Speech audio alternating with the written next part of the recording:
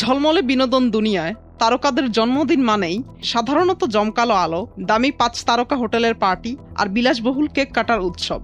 তবে জৌলুসের সেই চিরচেনা বৃত্ত ভেঙে সম্পূর্ণ ভিন্ন এবং সমাজমুখী এক অনন্য নজির স্থাপন করলেন এ সময়ের জনপ্রিয় অভিনয় শিল্পী রুকাইয়া জাহান চমক। নিজের জন্মদিনে স্রেফ আত্মকেন্দ্রিক উদযাপনে মেতে না থেকে পরিবেশের ভারসাম্য রক্ষা এবং বৈশ্বিক জলবায়ু পরিবর্তনের ধাক্কা মোকাবেলায় নিজ উদ্যোগে রোপণ করেছেন 300টি বৃক্ষ।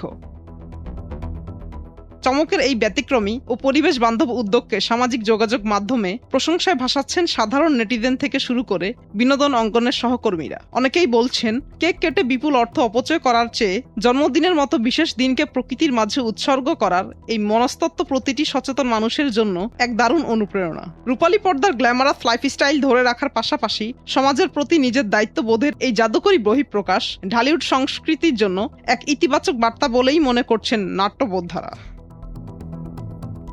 শুধু নিজে গাছ লাগিয়েই ক্ষান্ত হননি চমক, বরং প্রতিটি গাছের দীর্ঘমেয়াদী পরিচর্যা ও রক্ষণাবেক্ষণের জন্য স্থানীয় তরুণদের নিয়ে একটি বিশেষ টিমও গঠন করেছেন। বৈশ্বিক উষ্ণতা বৃদ্ধির এই ক্রান্তিকালে একজন তারকার এমন সবুজ উদ্যোগ লাখো ভক্তকে পরিবেশ সচেতন হতে দারুণভাবে প্রভাবিত করবে। মুক্তা আমিন, ভোরের কাগজ।